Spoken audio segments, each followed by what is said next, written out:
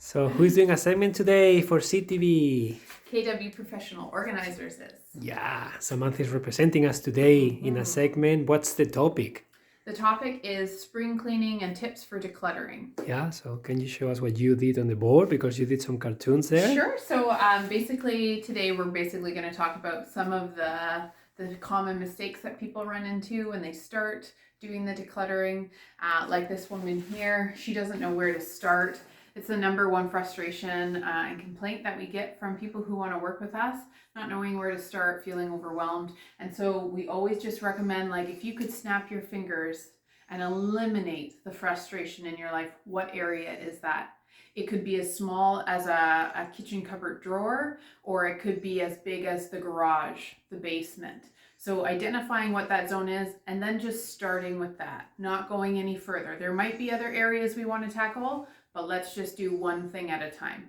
And then the next step is, of course, booking time uninterrupted in the calendar. Yeah, creating the time and protecting it. To follow what's the dream, what's the ideal outcome. I've got this gentleman, he's thinking of a beautiful sunny picture of his home, but the idea is that you want to think about what's the outcome you want to receive after cleaning, decluttering, getting started again. What activities do you want to do? How do you want to feel in the space? Probably it's changed a bit in those spaces since the onset of COVID-19, finding yourself in a new home. And then, of course, remembering where are you going to take your items that you no longer need. There may be things that you no longer find valuable in your home. Is anyone in your life going to benefit from receiving those? Or do we need to be aware of some donation centers, recycling options, and even sometimes ending up in the landfill? But knowing that before you get started, it's a big deal. Yeah, this community has a lot of resources for unwanted items. And what are the 4 main mistakes for people to avoid? So the common mistakes that people avoid are, not thinking about that plan. They get into it. They think, oh, okay, well, I'll just do it right now. And then they get and create a big mess because it always looks worse before it's finished. And sometimes that can be a bit defeating. And then some of the other mistakes that people make are shopping, buying products, thinking that that might help the solution get better. But of course, we don't recommend you get those things until after you're done decluttering, after you're done cleaning up.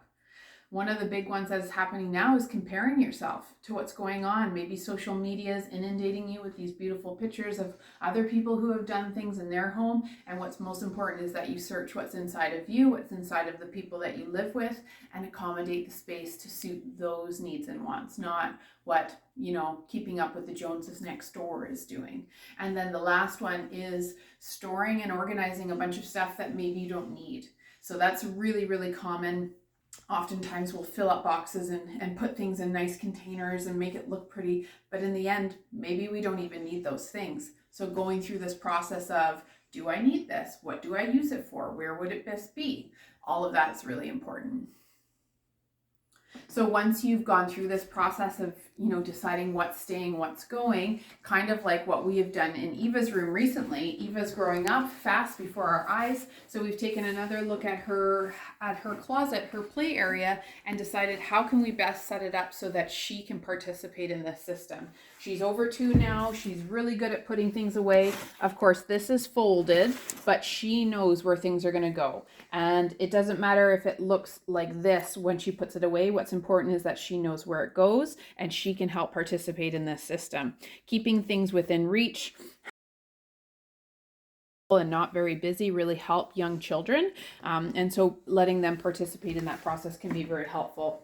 And we've kind of been back and forth about lowering this one down, but we still think she's a little bit too young and it might become pulling a lot of that kind of stuff. But eventually, maybe in a couple months or maybe half a year, we're going to move this one down for her.